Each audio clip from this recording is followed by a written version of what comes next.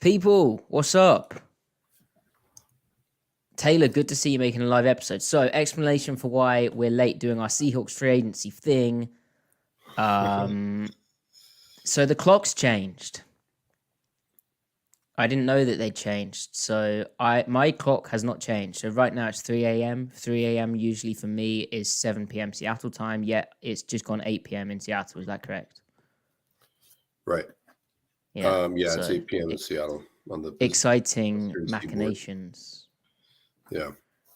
But then I had to push it back to 7 instead of our usual on the dot 6 o'clock start time because I had to go to Costco.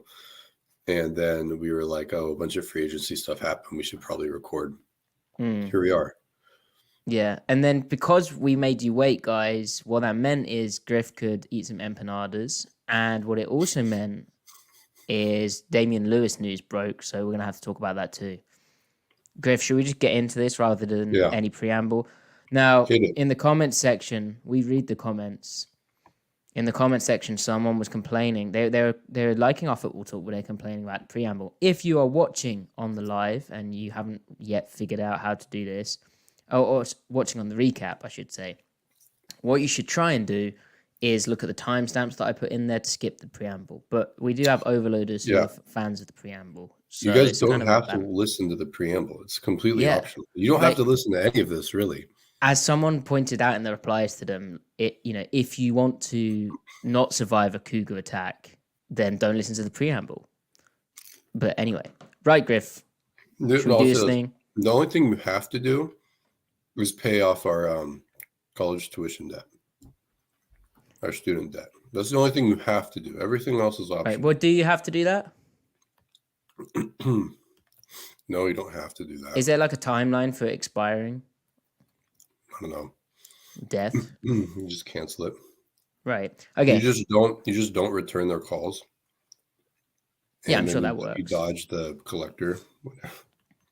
Sure. Right. Should we do this thing? Great to see lots of names in here. Appreciate you. Oh, and also had to update the graphics saying thank you to people who've donated to us because we had a new donator last time, Justin Drums. So there you go. Right. Ready? Let's go.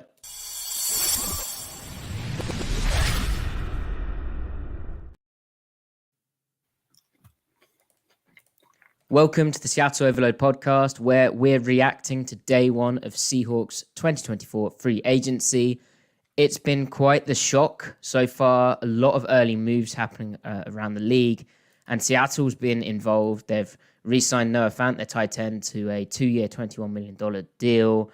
They've also re-signed Leonard Williams, the big three-technique defensive tackle, to... Where's my tab gone? Where's my tab gone? Oh no. I'm choking. Let me find that afterwards. But the significant news is that they've lost left guard, their starting left guard from 2023, Damien Lewis, to a 4-year, $53 million deal. He's signed with the Carolina Panthers. They have also lost a favorite of the show, first round linebacker Jordyn Brooks, signed to a 3-year, $30 million deal by the Miami Dolphins. And tight end Colby Parkinson has signed with the Los Angeles Rams on a $22.5 million deal and a 3-year contract. So some real significant news there. Let me just find the Leonard Williams terms. What an amateur I am right now. A $64.5 million deal and a 3-year contract for the 28-year-old. Griff, where do you want to start first? Hang on, actually. He's 29 years old. Should we just give like our brief impressions of all of this? Like, in terms of a Super Bowl, Griff, and it is only day one, but is the Seahawks roster now in a better position than it was in 2023? Well, I mean, obviously they're not done, right? I mean, the draft hasn't even happened. Free agency only just started. They're going to make moves. I do think that there was very much an ethos of, hey, let's clear cap space. Let's give ourselves some financial freedom for 2025. Obviously, they have a lot of space to do things with, but I don't think it's possible to use that space and get equivalent players or upgrades on the players that left. Like, I don't think you're going to get a better safety than Quandre Diggs in free agency. I don't think you're going to get a better linebacker than Jordyn Brooks in free agency. I think the chat or our audience, anyone that's followed us, knows that how we feel about Jordyn Brooks. We think he was the best free agent linebacker in the class. I've watched a lot of these guys, and it's just, I mean, it's our opinion. Feel free to disagree. But if they go sign Patrick Queen, he's clearly the best player remaining. He was probably the second best linebacker in free agency. I don't think that he checks all the boxes off that Brooks did. He's still quite good, but I think there's an additional irony that he's definitely going to command more money than Brooks did, because the hype is out of control for him and coming off, a career year and the defense and Mike Macdonald, and it's just, it all makes too much sense, right?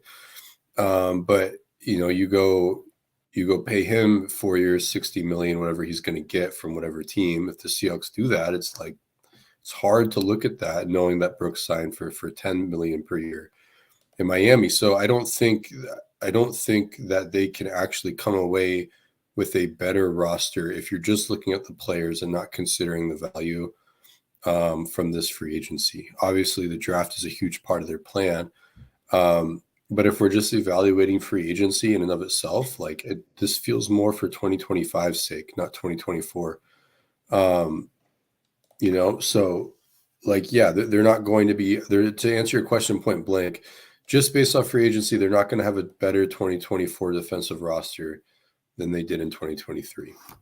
So, yeah, I think I agree with that. It's troubling to me the amount of holes they have on their defense. And yes, it's only day one of free agency, but with how many people have signed and also the caliber of player that Brooks was, all signs there point to Patrick Queen, right? But Quandre Diggs departing, they already had holes and issues on their defense. Getting Leonard Williams back on board is really important, but linebacker is such a gaping hole for them. And that, even if you're going to sign Patrick Queen, I think that maybe is a slight overpay given the type of season that he just had, but the context behind how he was able to have that type of season. And he's not, and, I don't want to really get into positional value too much, but he's not the, he's not that prototypical Mike type linebacker, which generally gets drafted higher and costs more money and is harder to find, generally speaking, right? You could, in theory, get a fairly decent weak side backer in day 3 of the draft. If you're going to be able to do that for Mike, you've really got quite fortunate, I'd suggest. Brooks is that type of player who he ran a 4.5 something out of college at 240 pounds, and his tape was some of the most dominant linebacker tape we'd seen, albeit with the context of it coming in the Big 12, where his usage, particularly in that last year, led to kind of a false narrative or a very warped narrative around his coverage ability. But then if you dived in and looked at his tape in years prior, he actually had a lot of very good coverage examples. And when he came into the league, his zone coverage stuff was absolutely excellent. And there's a reason that Miami and a Shanahan tree head coach have gone and got this type of player, because he's a guy who they try and pick on linebackers, and Brooks is the type of linebacker who in zone coverage can come up with most of the answers for what they throw at them in terms of those deep crossing routes, his ability to turn and run. Jordyn Brooks' robot is something that Griff tweets out regularly with video clip of him doing that type of skill, because it's quite rare to be able to do that, especially at his size. And so he's kind of the borderline complete linebacker. And you could look at his man coverage and get him beat occasionally. Most linebackers would have got beat in those situations against those players with the Seattle's lack of pass rush, et cetera, et cetera. Yeah, and it should be said, who's Miami's DC? One of Macdonald's assistants, their DB coach last year. So this idea, it doesn't fit the defense. I mean, that's not what D-line coach, right? Anthony Weaver. Is it Weaver? I think so. I thought it was their DB coach. Never mind, but still right. Same concept, right? So it'll be very interesting to see what Brooks does with the Baltimore Ravens. But I felt maybe there was a concern over him calling plays in the huddle that felt slightly overblown to me. I really felt he could have played the Mike spot for Seattle last year. And I remember when he did that in Seattle when Bobby Wagner wasn't there in 2022. Yes, it was a terrible defense, and those surrounding circumstances absolutely matter. But it was a bad defense, and it made Brooks' life harder, but he still had the high tackle numbers And we can go beyond tackle numbers when it comes to evaluating players. But the point being, when Bobby Wagner wasn't there, Brooks was able to run and hit and tackle in the middle of the defense, just as a Wagner was able to production-wise too. But also then brought a lot in the coverage realm, where you can basically do anything with him from like a zone match standpoint. And I think he's underrated as a blitzer, his physicality, like knocking over running backs. And I think you just put him in a functioning defense and he'll just take off, I think. And so if Miami has that, and they lost Christian Wilkins today, but if Miami has that, then I think Brooks' best football is still to come. The real question mark around him was the injuries, and he hasn't missed too many games, but he started to get a bit banged up towards the back end of this year. He obviously had the ACL injury and recovered in one off season, which was remarkable. But in terms of on-field stuff, it's a unfortunate loss for Seattle. And I know there was some crazy takes thrown around after people watched 5 games of him in his last year of college, maybe, that why would you take this type of player in the first round? They picked him 27 overall, but that was one of the better picks of the John Schneider, Pete Carroll era, and a true kind of successor to like the Bobby Wagner type player. Go ahead. And unfortunately, a lot of the whole pre-draft perception of him followed him, and he couldn't shake it. It didn't matter. Didn't matter how well he did or what he did or how he did it. There's just this preconceived notion. Well, he's not a cover guy. He's a run thumper.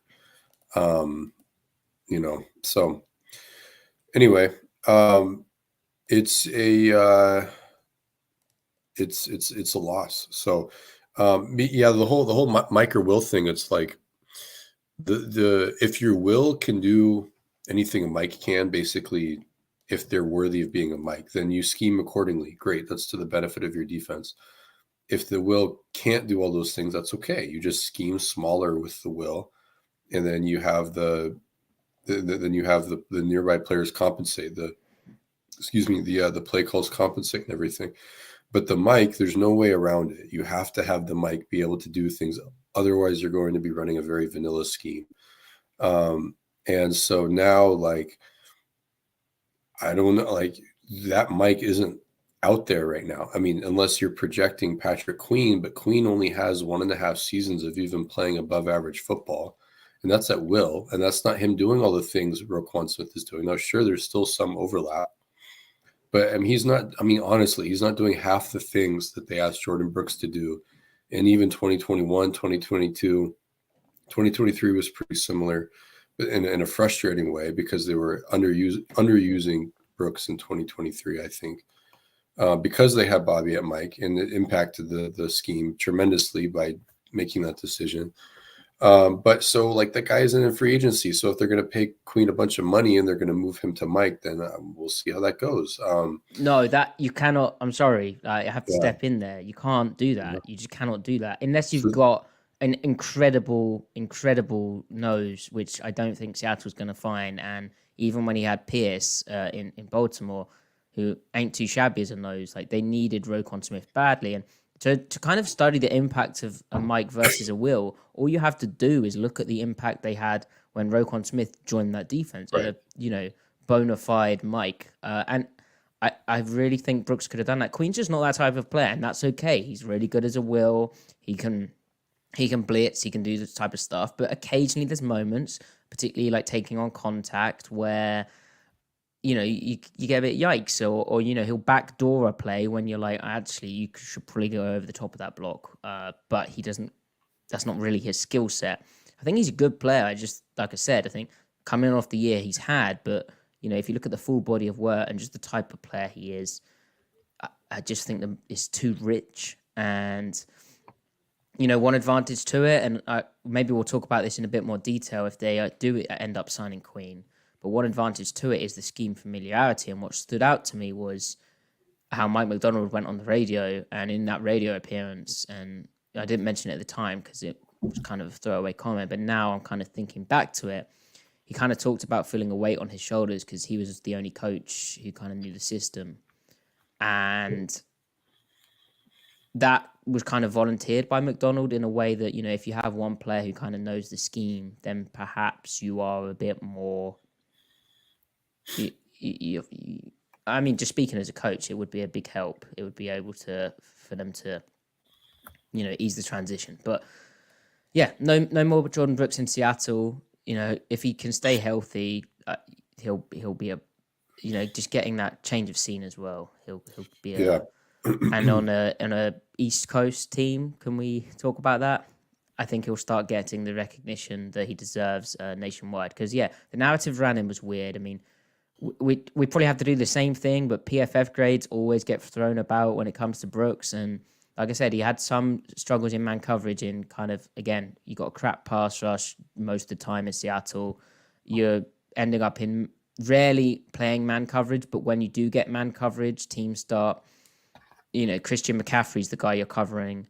Maybe there's a few reps that he lost in those circumstances, but like generally PFF coverage grades for zone, they're like really, really flawed. Really flawed. I don't think they have yet found a way to do that properly, like attributing stuff. And listeners, as we've already mentioned in previous podcasts, but you were there when we were doing the Bengals tape review, and we were looking at Logan Wilson, and we were really impressed by how he had dropped to zones related to routes, taken away certain things Seattle was doing. And then Griff live on air looks up his PFF grade, and it is really bad. And we're like, what are they looking at compared to us here?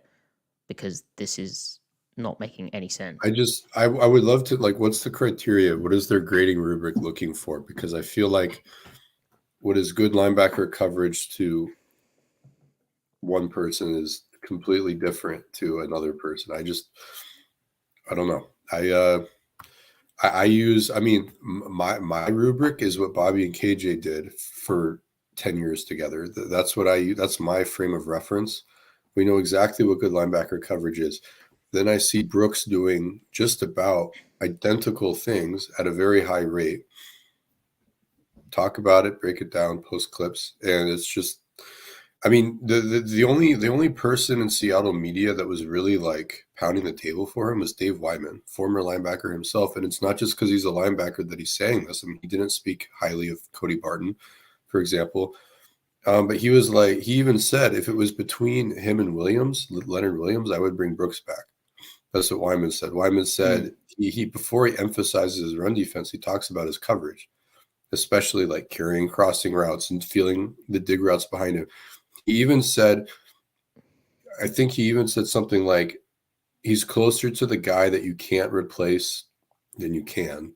He's pretty much, he's saying like, he's our Roquan, he's our Demario Davis, he's our whoever. He's our remember, now, you can take Fred Warner over him, but I'm saying like, he's a top 7 linebacker. And I just don't know why he doesn't have that perception. What more do you want linebackers to do? Carry routes, leverage crossing routes, drop into the dig windows. Like, what else is your checklist? If you want guys to just tackle checkdowns all day, then go get Troy Reeder and don't have your linebackers do anything of value. I think also the issue is, a lot of the bad moments of play for him, and everyone has bad reps, but they kind of get accented by the fact that a lot of the good stuff, like the really rare stuff, that doesn't show up on a broadcast copy. And then if you're watching a bad defense, well, then suddenly, a catch given up in man-to-man gets really kind of exposed. But if you're playing in a bad defense in general, your zone coverage stuff gets harder because you have to cover for longer, and then you have to rally down underneath to the check down. Just bad surrounding circumstances makes everyone look pretty poor. It's to the point where the way Brooks has talked about it, I'm thinking like, well, what the hell do people think made Bobby Wagner good in his prime? Like, what is actual, like, your logged memory of Bobby? Is it just TFLs and big hits? Like, that's not why he's going in the Hall of Fame. Well, an example of this is Hall of Fame because you can't throw over the middle. That's why he's going in the Hall of Fame. And an example of this as well is Super Bowl 48, right? KJ Wright is in man coverage with whatever that Denver tight end was called, Julius Thomas. Yeah. Who had a great season that year. Like, I think he broke the receiving yards record for tight ends. The Peyton Manning might have been the pick 6. No, it wouldn't have been the pick 6. I think it was just one of his interceptions. KJ Wright's in man-to-man with Julius Thomas, and he gets flat out beat, like really badly beat. And that's, it's man-to-man. It's hard. But because of the pass rush that Seattle's getting, the Peyton Manning throws it behind Thomas, and I think it gets picked by the might have been Cam who picked it off. I'm not describing this play very well, considering I was watching it like the other night, and that's why I'm referencing it. But the point is, like, man coverage is incredibly difficult if you don't have, especially when you bring pressure. And I'd love to look at Brooks's numbers on plays where, say, Seattle's playing without a defender helping him in like the low middle of the field, like without a rat. So they're bringing that guy on a blitz as well. And then Brooks is in man-to-man. But I also think the man-to-man stuff's overblown. Like, I've seen him cover guys. He has all the traits for it. He's just playing against good teams with a crap pass rush where he gets beat, I would suggest. Anyway. I think his numbers in man are actually good anyway. Yeah, so it's him getting blamed for the wrong things in zone and then not being credited for the right things in zone. Yeah, and then a lot of his charting numbers are just check downs, and that's a scheme stat. If the ball is being checked down a lot, when you don't have a pass rush, the ball has to. I mean, if you're not surrendering second and third level air yard attempts, and you don't have a pass rush, where is the ball going? It's being checked down. And if the quarterback can hold the ball and pat the ball forever, the second level is gaining more depth on average. It's just a scheme stat. I don't know. It's all just. And whatever you think of him, Pete Carroll knew defense like to a degree, right? He'd been around defense for a while. And all you had to do was just hear about the way he spoke about Brooks, the adjectives he used, what was the rare word that he used for Brooks, Griff? He just says he's a really good football player. No, he said something like he's unique. Natural. Or, natural. Yeah. But, yeah, he spoke about him in very lofty terms that like you didn't hear him talk about a rookie or a second-year player consistently. So, yeah, it's going to be very interesting seeing what Seattle does at the position. In terms of free agent linebackers right now, there's obviously Patrick Queen, who we've spoke about. Then there's Devin White, Eric Kendricks, Josie Jewell, Bobby Wagner, Levante David, Devin Bush, Denzel Perryman, and then some names that probably don't need to be read out. So I guess Devin Bush it really does depend. Like, how are they going to get a Mike? Because, and if we describe what a Mike has to do in this defense, they're sometimes going to be in the middle, but they just need to be a bit bigger, a bit more able to take on stuff, blocks, and a bit more kind of north-south. Right. Less, maybe a bit more to the field than the boundary, to the wide side than the short side. Well, I mean, we're talking linebacker, right? Yeah, Mike? A Mike linebacker, Griff, compared to a Will. So, I mean, yeah, the Will's going to be to the boundary more often, but it's not that different than what they did last year because the coverage splits. If we're just talking pure coverage. I'm describing what they need from a Mike this year. Oh, I mean, yeah, they need a guy that can carry three. They need a guy that can roll around and find crossing routes, and they need to be able to gain depth and quickly because they'll be mugging up the line of scrimmage even more often than they were last year. They're going to need to go find those dig windows. Now, you go watch the Ravens against the 49ers and Rams this year. They gave up a lot of dig routes against them. Those were on Roquan and even Roquan Smith and Queen. So it speaks to like that's one of the best linebacker duos, how hard that is. The Seahawks are not going to have anywhere near the talent of those two guys, and a lot of people are going to hate me saying this, but they're not going to have anywhere near the talent of the Seahawks 2022 linebacker situation in coverage specifically. They're not going to find anything close to that. It's going to be, I don't know. I mean, it depends on who they replace Brooks with, but. Well, we should say also that Macdonald in his defense, he doesn't always put the stress on the linebackers. Sometimes he'll spot drop them, kind of rely on the pressure look to act as the coverage. Sometimes he'll just play cover one. And then sometimes he'll ask more of the guys who are kind of over the slot and play three match with where it looks a lot like cover one, where, you know, the big nickel type or the nickel type, and then the down safety on the other side, they're kind of playing man to man on the slot. So then the linebackers, they're kind of asked less of that. certainly not asked to get as much depth in coverage. So, maybe that's the strategy. I would suggest it has to be. I mean, could we see a Junior Colson at Mike, who we looked at in our last Right. episode, and Patrick Queen at Will? That feels kind of Right. obvious. But So that's also, So the approach at linebacker right now is draft one, sign one, right? yeah, yeah. But I I don't know feel who they're. But then, is that too risky? Given that we've got, is that too risky? Given last year they had Bobby Wagner, who that was clearly a guy they felt good about. We had our reservations, right? But they had like a established Mike linebacker starter, future Hall of Fame player playing Mike, right? And then they had Jordyn Brooks at the will, who we just spoke about. This year, can you really go into the draft with that obvious a need a Mike linebacker spot? I guess the alternate. I don't know what the alternative is. Like they kind of have to. there are 10 teams that want a piece of Junior Colson in the draft. So there are probably like 5 teams calling up Patrick Queen right now. What if they? What about? What do you think of Devin White from Tampa Bay? He's not okay. So like just but would he not fit? Okay, he's not fine. good. Like he's a blitzer. He's not but Mike Macdonald blitzes Griff. Not good against the run. Mike Macdonald might just transform his career by just like sending him on a billion creepers. So like I'm cool if they want to go get like who was a free agent? It was like if Willie Gay for like 2 years, 10 million, have him be your will, and then they go into the draft. Oh, I missed him. Or someone like that. I'm not sure. And then they go into the draft like, all right, let's just try to find like our Mike of our choice. Colson, Jalen Ford, maybe Barrett can play Mike. Whatever, like I'll be okay with it. That's fine because you know what you're getting. Yeah, I see the theory behind the approach, but if they go sign Devin White to a fat contract, I might be like, I'm out. Can Willie Gay not play Mike? Can who? Willie Gay not play Mike? I mean, he probably can. Yeah. Okay. That's the new plan.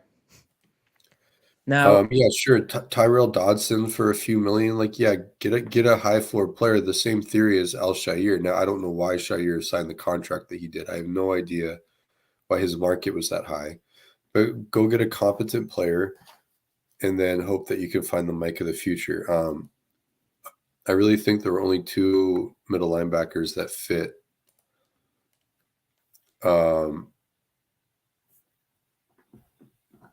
What he wants to do in the draft, and it's Colson, and then Jalen Ford is just like the lesser version of Colson. Yeah, is it when middle linebacker you mean like the Mike type? Right. Yeah. Okay. Very interesting times. Now, I should say we have over 1,000 live viewers. Griff, that's incredible. What's up, guys? Twitter providing most of them, but thank you very much, everyone. And we also have a donation from Justin.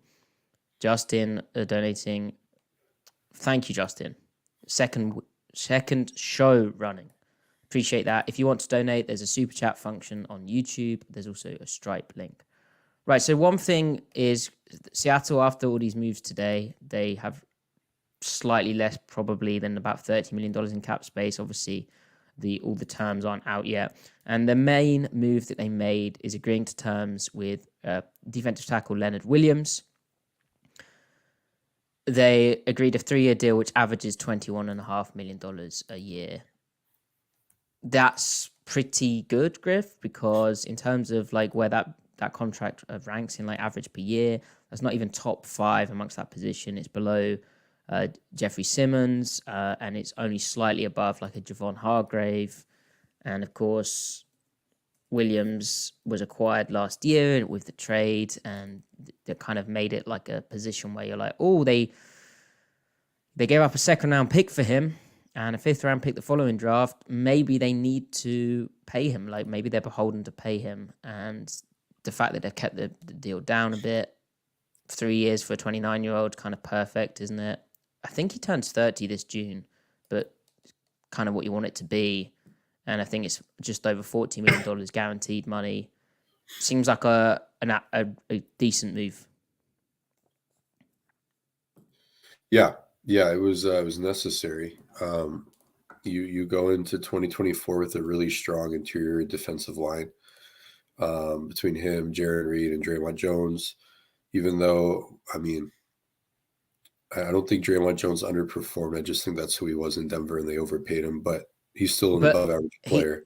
he underperformed what he was being paid and signed to do, right? And with their expectations for, maybe they're misplaced, but he definitely underperformed what the weaknesses of being combo blocked in that type of scheme.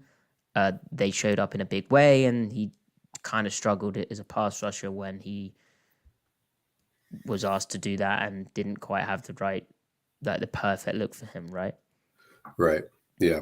But, still him this assumes Jarran Reed has a repeat year where he, for some reason, was the second best nose tackle in all of football last year, which I definitely did not see coming. And I acknowledged how wrong I was with not liking that signing. He proved us all wrong,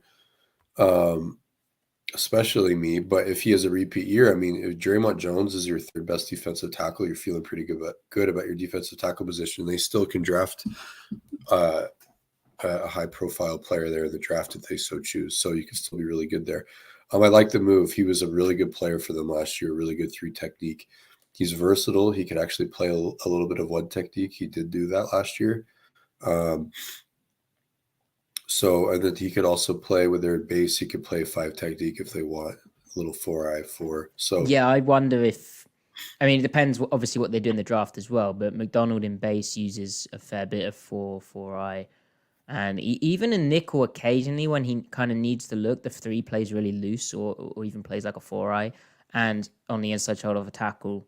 And I think Williams is very much able to do that. And he kind of just a really good defensive lineman, like excellent technique. Yeah. And then as a pass rusher, he brings a fair bit, but also like any pass rusher, if they're better with how they pressure and rush as a team, and maybe how they present their looks in pass rush situations and layer it all together, which is what Macdonald's supposed to be bringing, what he's known for, then he's going to benefit. He had 5.5 sacks last year. He has 43.5 career sacks. I think we saw some really good football last year in Seattle, but again, his best stuff should still come. Like the idea of all of this is that he's gonna, he could have an all-pro type season for Seattle. Maybe that's slightly rich, but I think he could. He's probably in that.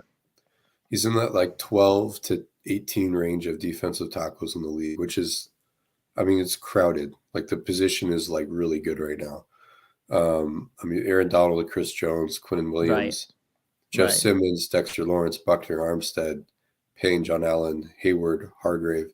And then he's right in there with Wilkins, Reeder, Ed Oliver, Grady Jarrett. It's really, you can interchange anyone past 10. He's in that group past 10. And that's what, if you want to get a top 20 defensive tackle, you better cough up 18+ million a year. So this is what they, you're getting what you're paying for. So, and the fact that it was a 3-year deal, I'm sure that 3rd year is fake. John Schneider does not like to give out long deals anymore, does he? Well, yeah, but Griff, this guy turns 30 in June. Right, but he's clearly afraid of aging players. I think that's generally a good rule of thumb, but I feel like it's to the point past utility. But they've done short deals before, no? They've done a lot of short deals, a lot of 3-year deals. That's my point. Okay. The Diggs contract, they shouldn't have backloaded it so much because they backed themselves into a corner of having to cut a good player, and they're going to be worse at safety for it. Never mind. Yeah, that's that we can get to that. We can get to that. I've got it in the notes. We've got a bit of a safety talk. Yeah. So basically, Leonard Williams, like Justin Madubuike last year, he had I think 13 sacks, and he was a second-team All-Pro. I think Leonard Williams could do similar. And Griff, can he drop into coverage? Do you think he'll be good doing that? Because obviously Leonard that's Williams? what Mike Macdonald does with his DTs. Folks, just a reminder, if you thought Ken Norton Jr. liked to drop interior defensive linemen into coverage, Mike Macdonald does it 3 times the rate. So just get get ready for that. But it does work, so Yeah, that's good. it's a good thing. It's a good thing. We need to reorder our mindset on that. Yeah, let's focus on the results, please. Results-based analysis. Right. Amy, thank you for the donation, Amy. The Panthers are signing Damien Lewis. That is right, they are. So Damien Lewis off to Carolina Panthers, Seattle starter at left guard in 2023, starter in 2022, and another year as well. But anyway, they're signing him to a 4-year, $53 million deal with $26.2 million fully guaranteed.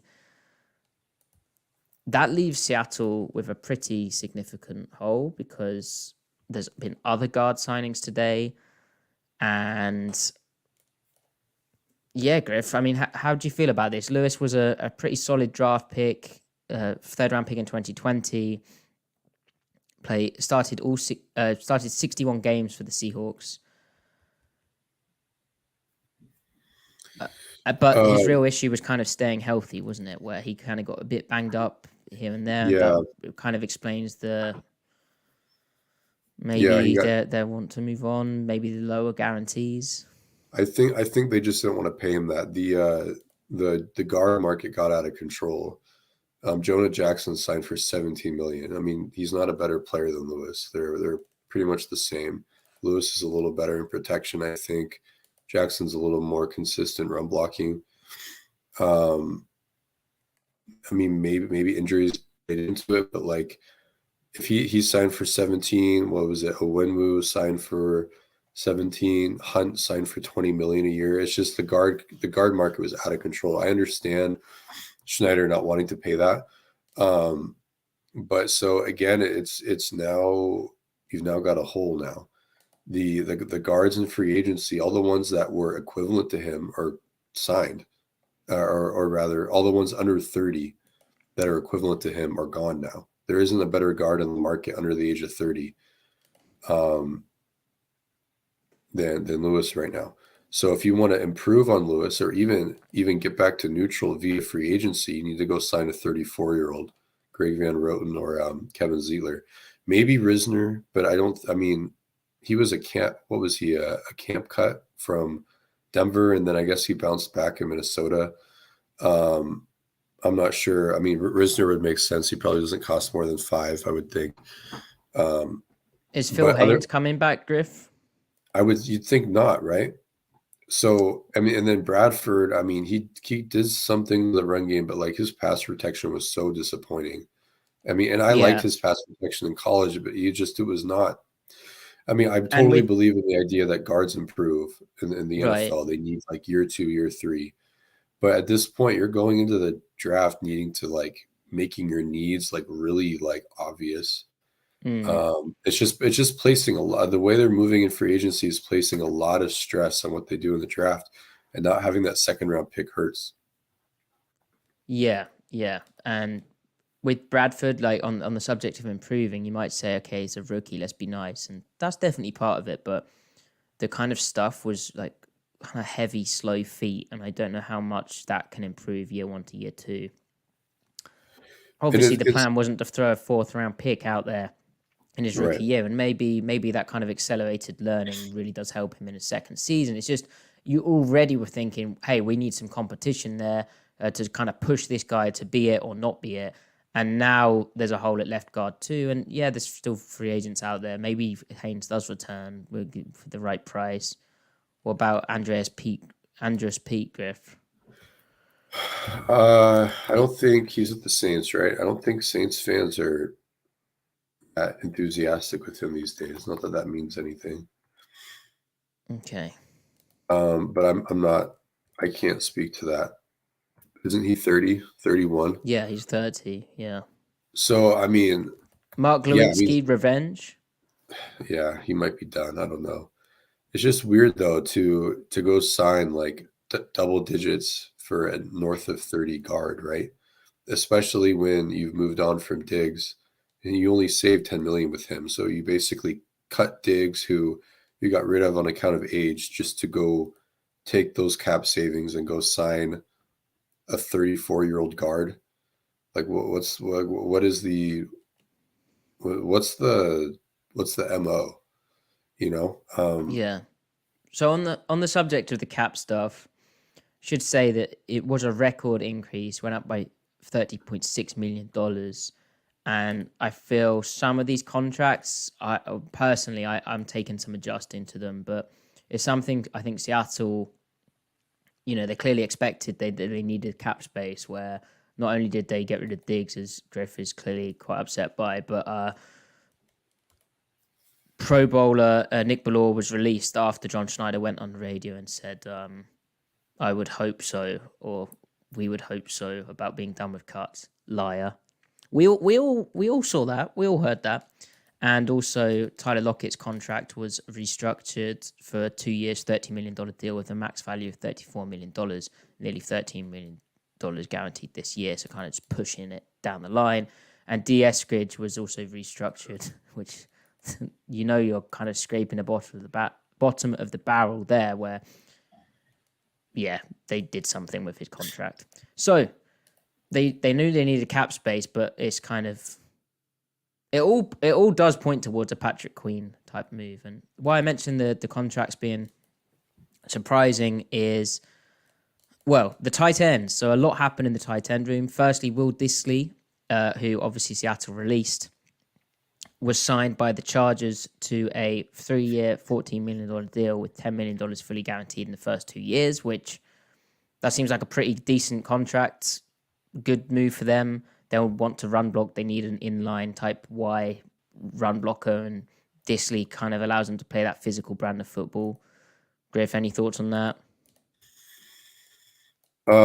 Good for those guys. I'm shocked by Colby Parkinson's deal. Well, there you go, preempting it. So Colby Parkinson signing a 3-year, $22.5 million deal with $15.5 million guaranteed from the Los Angeles Rams. I mean, he has a skill set, right? And McVay clearly wants to take advantage of it. Big frame, can catch out of his frame, catch out extension. Dissly obviously is just kind of like a classic Y tight end. He can block well. He doesn't really factor at the second level, except in like very specific matchups, mismatches to exploit. But he has good hands. I mean, on a per target basis, he's extremely efficient throughout his entire career, no matter who the quarterback is. So maybe that's something really to value more. If he could stay on the field, he might be worthy of more volume. But so I mean, it made sense to see those two guys go. I think they weren't going to bring. I felt that they were only going to bring one of the three guys back, primarily because of cap, but then them being an 11 personnel team now, with needing to get Jackson Smith and Jigma involved. Obviously, they kept Tyler Lockett. There just aren't enough snaps. Like, you've got a tight end one, you have a starter, and then you have a backup. It's no longer. Schneider said on the radio about how he was distracted in a previous interview where he's at the combine because he'd just come out of a meeting with an agent or someone and was surprised that the number that they said, like, it was surprisingly high. I wonder if that was talking about Parkinson's deal. We'll never know, but it does feel slightly high. I know Tyler Higbee got injured in the playoffs, and I think it was a knee injury, so him coming back is going to be shaky. So Parkinson is their starter, and they're paying him like one. And as you say, Griff, only one of these guys was going to come back, and Grubb is, well, in college was very 11 personnel heavy. You'd expect that to continue. Right. Meaning one tight end on the field, and Noah Fant feels like the most obvious guy out of the three anyway, but I wonder if they just went with him or Parkinson. They kind of just were happy with one, so this is the money, and kind of did it like that. Right. I mean, Fant is clearly the most talented of the three, right? I mean, he has good ball skills. He's obviously can be exciting after the catch. I think we both said that he can struggle with contact at the line of scrimmage and through his route. Yeah, whenever he was pressed by safeties, like, go and watch the Cowboys game. You had safeties, with all due respect, and this is more kind of an indictment of me, but I was not too familiar with, and yet they're clamping him up in press. Other teams did it too. He really struggles with line of scrimmage contact in the run game also. And so and you can relate that to his blocking as well, right? Like he's not a great blocker. So with it being 11 personnel with only one tight end on the field, you're kind of limited what you can do formationally. Like, are you going to have him in the core? Like, how are you going to? Are you just going to live with bad blocking so that you can reap the benefits of the play action concepts that come off of it?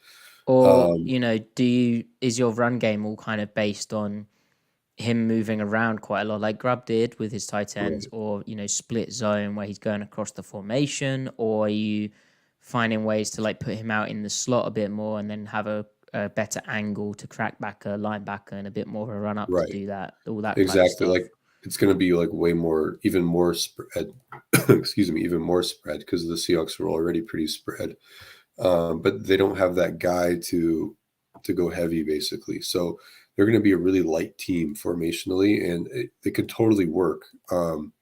He could totally, be a big part of the passing game. Even a bigger part. I think everyone would like to see what could Fant do with 90 targets here, right? 80 targets. He'll probably see 70 at minimum. Because the tight end room, as we know, got a lot of targets in 2022, so got a decent amount in 2023 in the aggregate. It's just they're all going to be shifted into one player now. So yeah, we'll see there. Yeah. So that's the tight end discussion.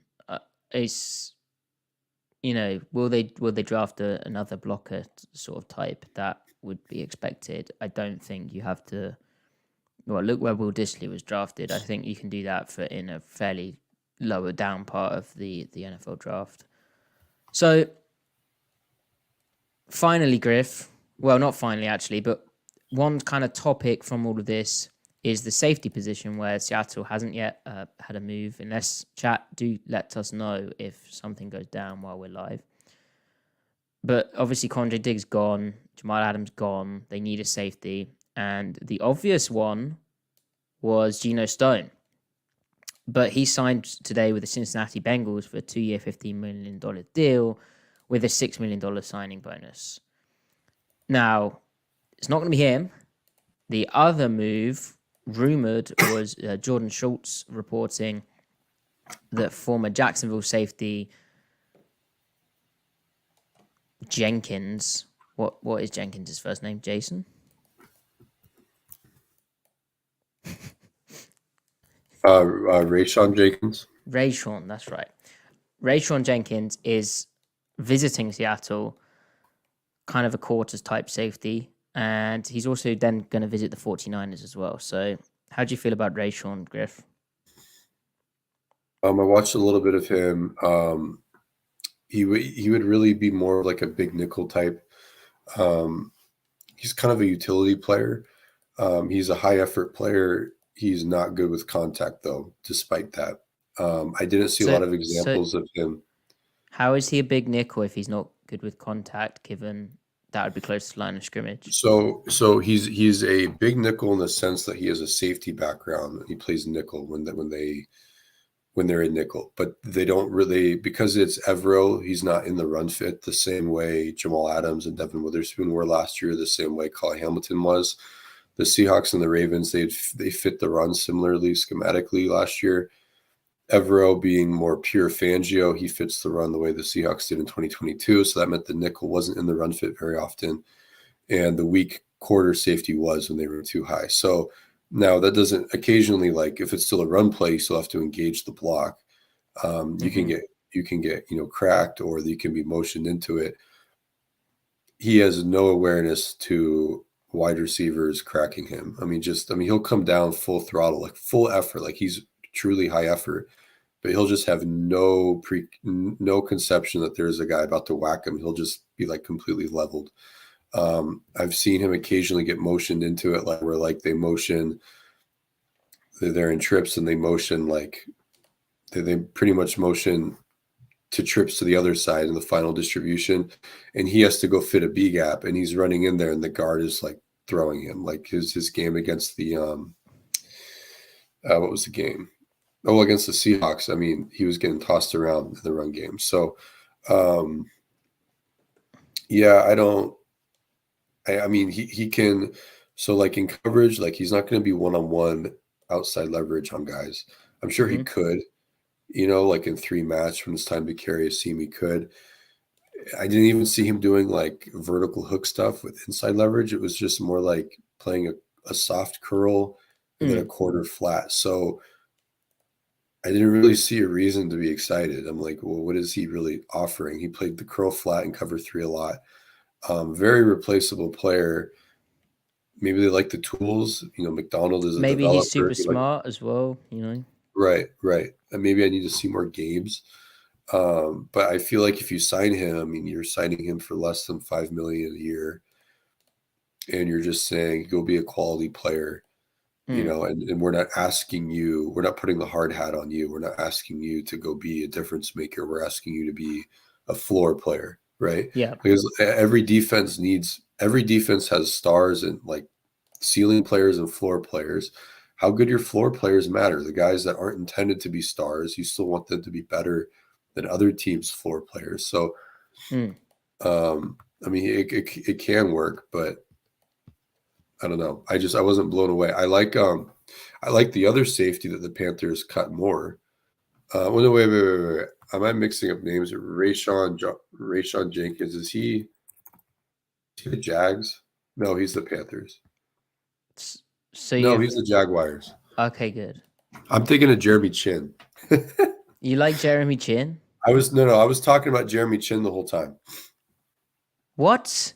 I was so confused. Did you not hear me say a quarter safety? The big nickel that I was talking about, I was referencing Jeremy Chin. Jeremy Chin is who I'm not enthusiastic with. I was like, how is Rayshon Jenkins a big nickel type? Yeah, no, my mind went to This is shambolic.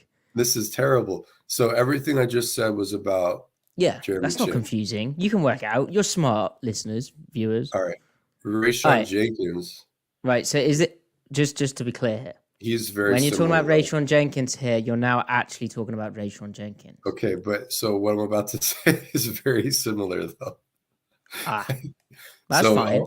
I watched Rayshon against who did I watch? I watched him against the Titans. He's even worse against contact.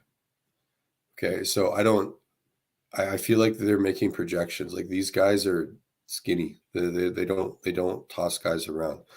The guy that I do like though is Von Bell that the Panthers just cut. Von Bell can play and he can do a little bit of everything. He can kind of double as a Quandre Diggs replacement. I liked him. He likes to hit. And I don't see why he couldn't play the big nickel spot unless they really want length there, because he's not lengthy, but he's compact and he can play in the box a little bit. So if you take his box snaps and project that to big nickel, I mean, I see it. Yeah. Yeah, it'll be interesting as well with like just the age of that as well, because Bell turns 30 in December.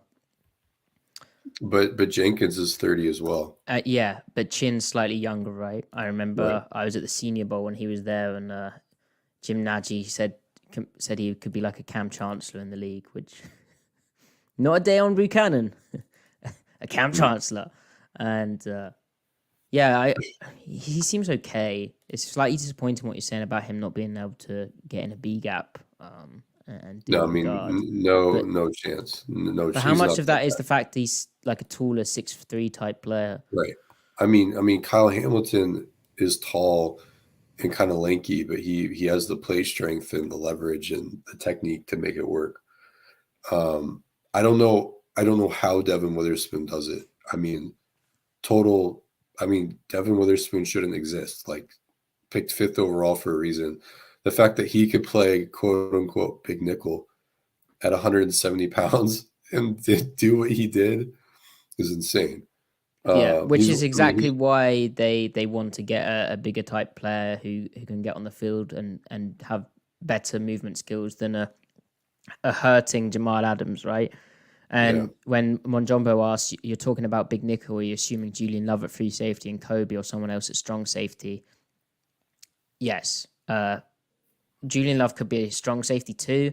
To be honest with you, in an ideal world, Macdonald would have his free safety and his strong safety both be able to do both, so they almost would play right and left.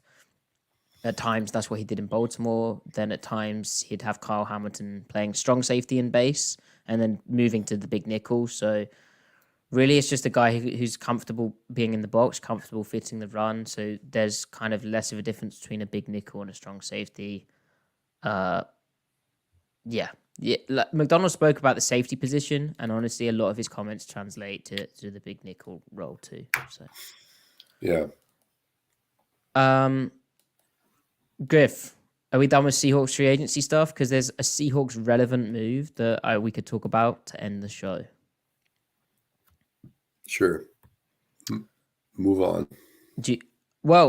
Firstly, the Falcons have paid Kirk Cousins a 4-year, $180 million deal, including $100 million guaranteed, a $45 million per average per year deal. And as Brady Henderson of ESPN pointed out, that's a reminder that Geno Smith's deal is a bargain at $25 million average per year. Because where is Geno Smith on the Kirk scale, Griff, currently? He's not on the Kirk scale. Whoa, what? Hold on. Breaking news. Geno Smith is not on... Oh, it's not? Sorry. No, he's a super Kirk. He's not a Kirk. He's a super Kirk. That's right. Now, see, the whole thing is funny because, like, if Kirk just, like, plays like his best self, I mean, he's like a top 8 quarterback himself. Mm-hmm. I mean, that's what he was playing at this year. Yeah, and good news that he presumably will never play with Kyle Shanahan, like, again, which is good. Yeah. Excellent. Yeah. Although he's played for his assistants, though, or McVay's assistants. So out of division, fine. Yeah, but so Cousins at 35, coming off an Achilles tear, gets paid $45 million per year. And they've got Geno paying at $25 million this year, a couple of years younger, not injured, and more or less for the sake of discussion, an equivalent player. So Seahawks have a very good quarterback situation.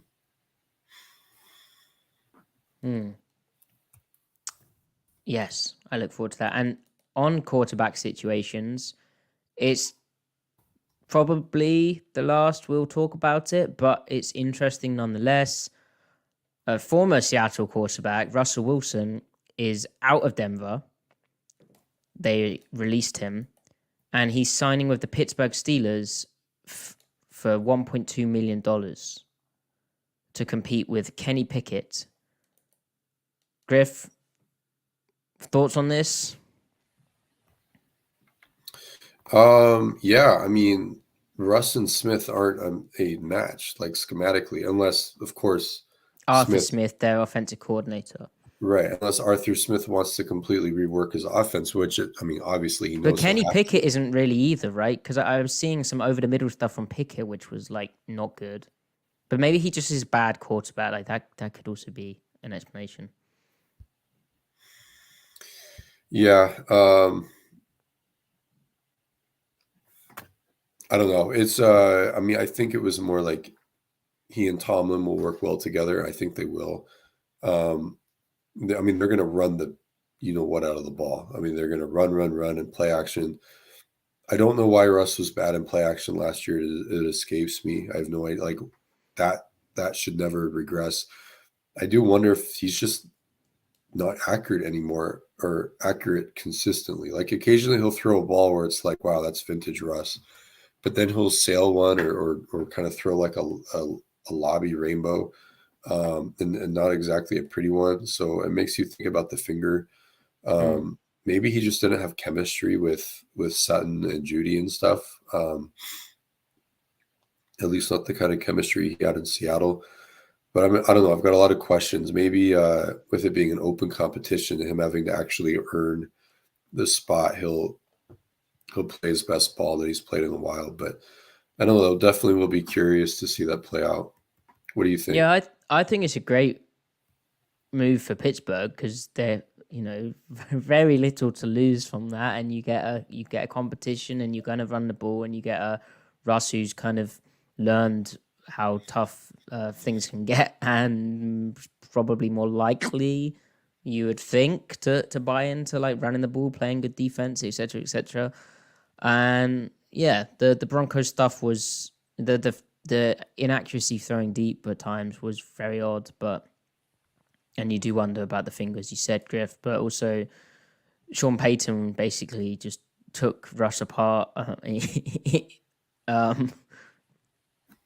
in a quite clever way, and well, in terms of what I think he wanted to get out of it, which is this crazy kind of situation in Denver now where they've got so much dead money, but Payton's getting paid a lot of money and he's building it in his image or how he views it.